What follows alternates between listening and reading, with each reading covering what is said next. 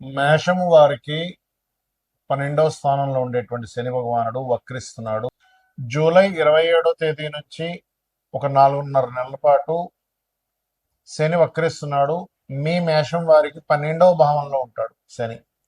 So దీనివల్ల కలిగే ఫలితాలు, ఏ దేవత ఆరాధన చేయాలి, ఒకవేళ మీ జన్మజాతకంలో కనుక ఏదైనా గ్రహం వక్రించినట్లయితే, మనకు మొత్తం 9 గ్రహాల్లో 5 గ్రహాలు మాత్రం వక్రిస్తాయి. మిగతా గ్రహాలు సహజంగానే వక్రగతిలో తిరుగుతుంటాయి. రవిచంద్రుడు అయితే వక్రించారు ఎప్పుడు కూడా, అవి వక్రగతిలోకి వెళ్ళవు.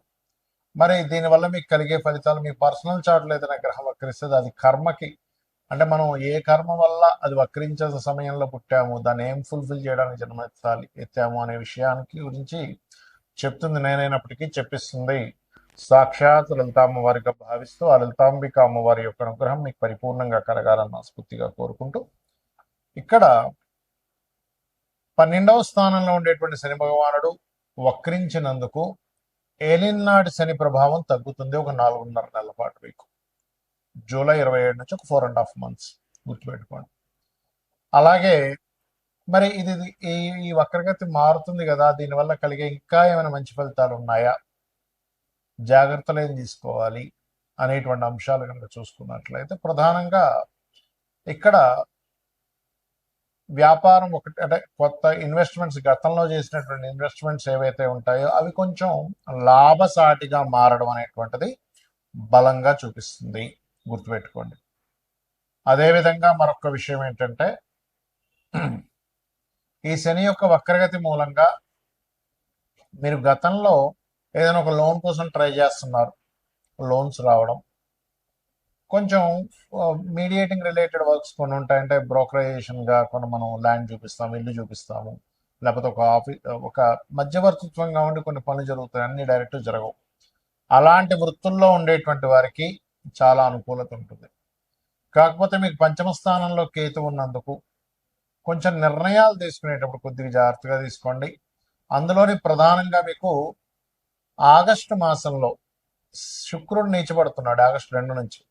కాబట్టి ఆ సమయం నుంచి కాస్త మీరు ఈ ఎవరికి ఏదైనా స్త్రీమూర్తితో అనవసరంగా గొడవలు పెట్టుకోవడం, ఇలాంటి విషయాల్లో కాస్త జాగ్రత్తగా ఉండండి. అనవసరమైన శత్రుత్వాలకు, స్త్రీలతో ప్రత్యేకంగా శత్రుత్వాల జోలికి వెళ్ళకండి దయచేసి.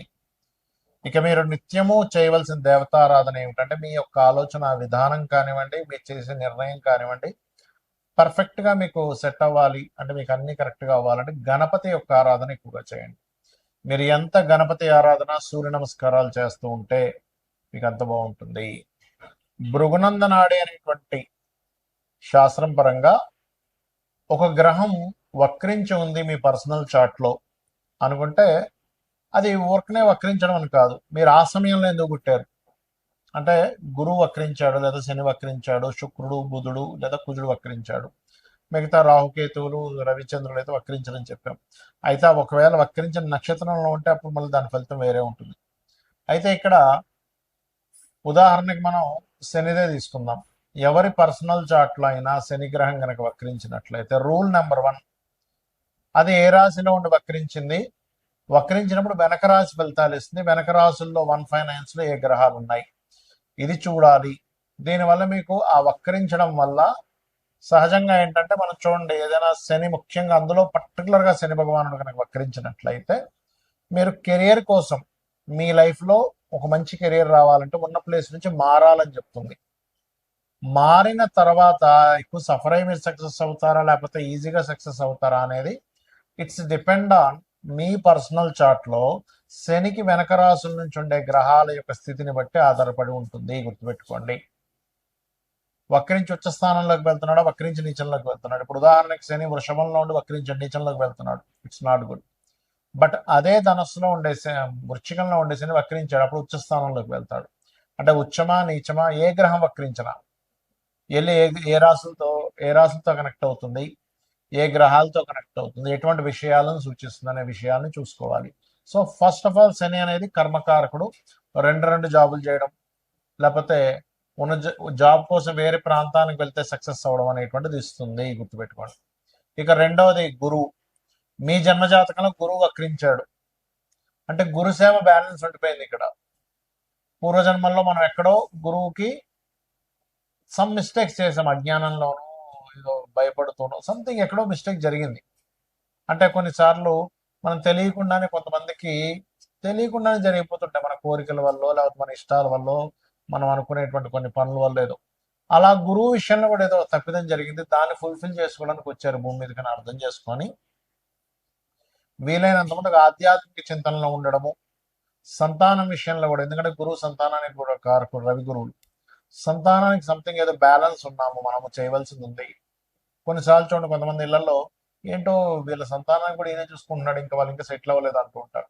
ఇక్కడ ఏంటంటే రెండు విషయాలు, ఒకటి వాళ్ళ జాతకాల్లో సెటిల్మెంట్ లేట్ ఉంటుంది, సమ్ టైమ్స్ వీళ్ళకి ఇంకా రుణం ఉంటుంది వాళ్ళకి చేయాల్సినవి, అంతా రుణానుబంధ రూపేణ పశుపక్ష సుతాలయ అంటూ ఉంటాం.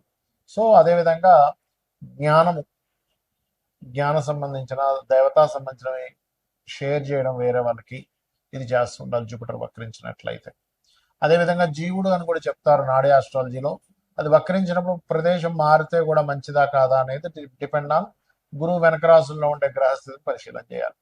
ఇక శుక్రుడు వక్రించాడు, ఒకటి గుర్తుపెట్టుకోండి, శుక్రుడు కనుక ఎప్పుడైనా మీకు వక్రించాడు అంటే మీ యొక్క జీవితంలో వివాహం అనేటువంటి విషయం ఖచ్చితంగా, అది సప్తమంలో ఉండి వక్రించినట్లయితే వివాహం విషయం ఒకళ్ళని అనుకొని మిస్ అయ్యి మళ్ళీ ఇంకోళ్ళని చేసుకోవడం జరుగుతూ ఉంటుంది. అరే అనుకున్నామండి, దగ్గర దాకా అనుకున్నాం, మిస్ అయిపోయింది, లేకపోతే ఒక్కోసారి వివాహం అయి కూడా మళ్ళీ వాళ్ళు వద్దని కూడా వదిలేయడం లాంటివి జరుగుతుంటాయి ఎక్కువగా. రెండవది, శుక్రుడు వక్రించినప్పుడు ఆ యొక్క శుక్రగ్రహం వెనక రాసుల్లో ఉండే గ్రహాలను బట్టి మనం అబ్జర్వ్ చేయాలి. అంటే అలాగా శుక్రుడు వక్రించాడు, ఆ శుక్రుడు ఏ గ్రహాలతో కనెక్ట్ అవుతున్నాడు చూడాలి. మంచి గ్రహాలతో కనెక్ట్ అవుతున్నాడు వక్రించి, మీకు లగ్జరీకి లోటు ఉండదు, బ్రహ్మాండంగా లగ్జరీ లైఫ్ ఉంటుంది, ఫైనాన్షియల్గా మంచి గ్రోత్ ఉంటుంది, రెండు రకాలుగా ధనయోగాలు ఉంటాయి, ఎందుకంటే ఫైనాన్స్ కారకుడు కూడా శుక్రుడు కాబట్టి అలా. అదేవిధంగా బుధుడు వక్రించాడు అనుకోండి, ఎవరికైనా ఎవరి జన్మజాత చక్రంలో అయినా వాళ్ళ పర్సనల్ చార్ట్ లో బుధ గ్రహం వక్రించింది, అప్పుడు మీరు చేయవలసింది ఏమిటి అంటే ఎప్పుడు కూడా మీకున్న నాలెడ్జ్ని షేర్ చేయాలి. అంటే పూర్వజన్మల్లో నాలెడ్జ్ షేర్ చేయకుండా దాచేసుకున్నారు, ఏదో మీరు మీ ధర్మం నాలెడ్జ్ షేర్ చేయాల్సింది ఏదో వర్క్ ఉంది దాచేసుకున్నారు. ఇప్పుడు మీరు నాలెడ్జ్ షేర్ చేస్తేనే ఆ కర్మ అనేటువంటి తొలగుతుంది, గుర్తుపెట్టుకోండి, అదర్వైజ్ ఆ కర్మ తొలగదు. సో మీ నాలెడ్జ్, మీరు ఏదైనా ఆఫీస్లో చేస్తున్నారు, కొంతమంది ఉంటుంటారు చూడండి, ఇది ఎలాగో చెప్పంటే నువ్వే నేర్చుకో, నేను ఎందుకు చెప్పాలి నీకు అంటూ ఉంటారు.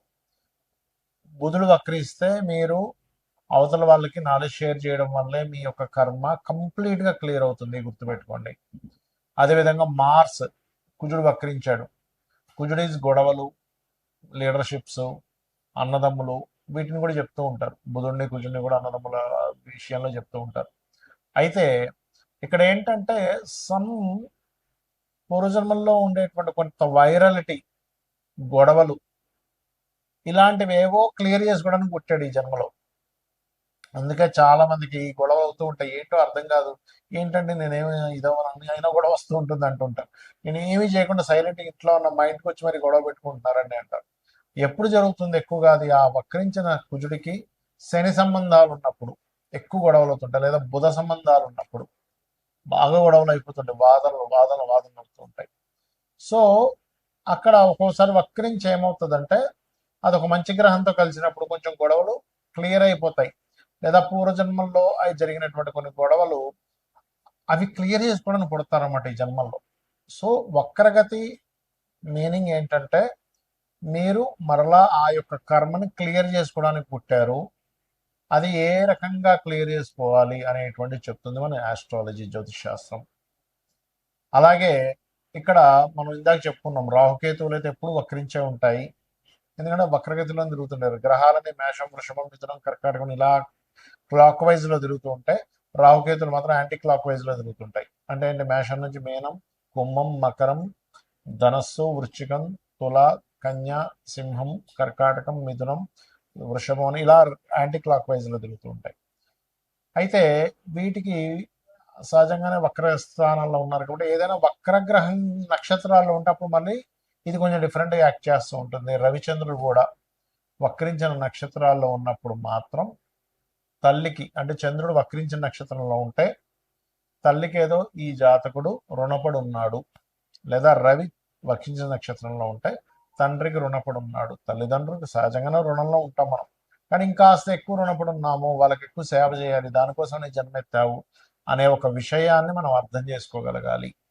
అయితే జాతక చక్రం మీకు తెలిసినా తెలియకపోయినా ఎలా ఉన్నా రోజు ఉదయం సాయంత్రం లలిత గనక చేసుకోగలిగితే, లలిత సహస్రనామాలు గనక చేసుకోగలిగితే మన పూర్వజన్మ కర్మ తొలగిపోతుంది. ఖచ్చితంగా మనం ఆనందంగా హ్యాపీగా ఉండేటువంటి లైఫ్ లీడ్ చేయగలుగుతాం. శ్రీమాత్రే నమః.